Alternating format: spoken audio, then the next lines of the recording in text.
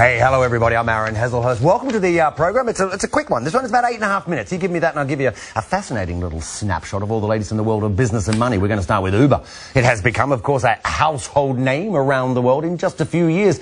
But the taxi hailing service is on an increasingly bumpy ride. The San Francisco-based firm, it's announced the departure of another executive as it prepares to publish a report into its corporate culture and practices.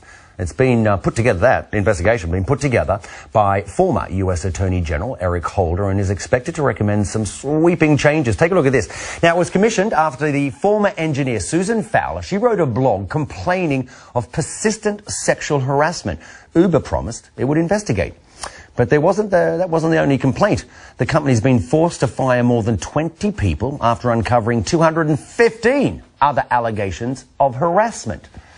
The problems, well, they don't stop there. Uber's also seen a string of high-profile resignations in recent months, including its chief financial officer and now the senior vice president, Emil Michael. And all of this has meant a lot of pressure on the chief executive and the co-founder, Travis Kalanick. In March, there was a video of him getting into a foul-mouthed row with an Uber driver. That went viral, and then he was forced to make a very public apology. Let's get more. Chris Roebuck is leadership expert at Cass Business School and a familiar face. Chris, great to have you with us as always. How does a culture like this, you know, sort of, it's almost stained the company? Well, I think there's three key points that are illustrated by this that apply to all companies. Right, first of all, leadership at the top cascades down the organisation and everybody copies what the man at the top does, whether it's good or bad. Two, as you're expanding an organisation, it doesn't necessarily mean that the original entrepreneur is the best person to make it get bigger. Yeah.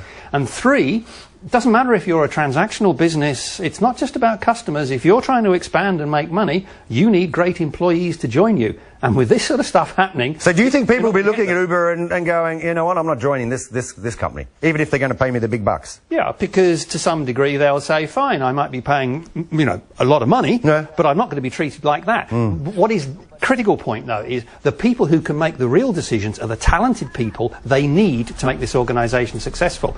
You know, any old idiot will take the money, tolerate it, but the best people will make a decision, why should I go?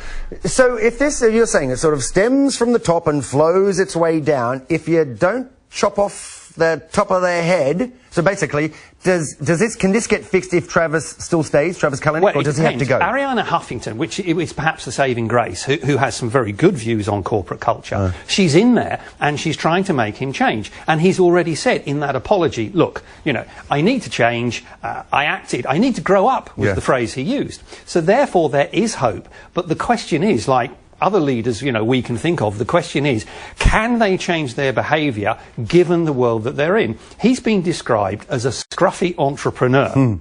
What he needs to do is he needs to step up. But we've seen this before where people have set up organisations and there comes a point where the people who are also leading the organisation say, look, time to take a little bit of a holiday and we'll get somebody in who can stabilise and take it forward.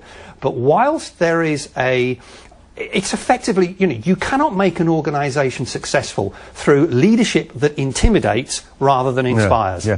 Do you think we we're a bit of a fickle bunch, right? So I'm just wondering, does this really have an impact? I mean, I've been speaking to some people today about this. I'll say we're going to talk about Uber, and they go, "Oh, I love Uber." But you know, so they're not going to really worry as long as they get the cheap fares and their taxi shows up and That's why in this case it's not so much about the brand in relation to customers, but it's the brand in relation to employees, because it's essentially a transactional business model. Having said that, there will be people who, if they have an alternative service provider, who will make the judgment, look, am I going to deal with an organisation that treats people so appallingly, or am I going to go with an organisation that doesn't? But my earlier point is the critical one. If they're in a position where they've effectively not made a profit yet, they want to expand, they want to go public. They want to go public. Now that's the point. The brand, in terms of investors and in terms of potential employees who can help them make that investment look attractive to the investors to buy, is critical. And if you are a really talented person who has the ability to come up with great ideas and to operate in a way that will help that organisation, you don't want to have a boss who is an intimidating person who isn't prepared to listen to you and generally abuses you, because you could get just as much money and a great job somewhere else. Yeah, there's a lot of tech companies out there. Chris, we always appreciate your time. Thanks, mate. Thanks. Chris Roebuck from Cass Business School there.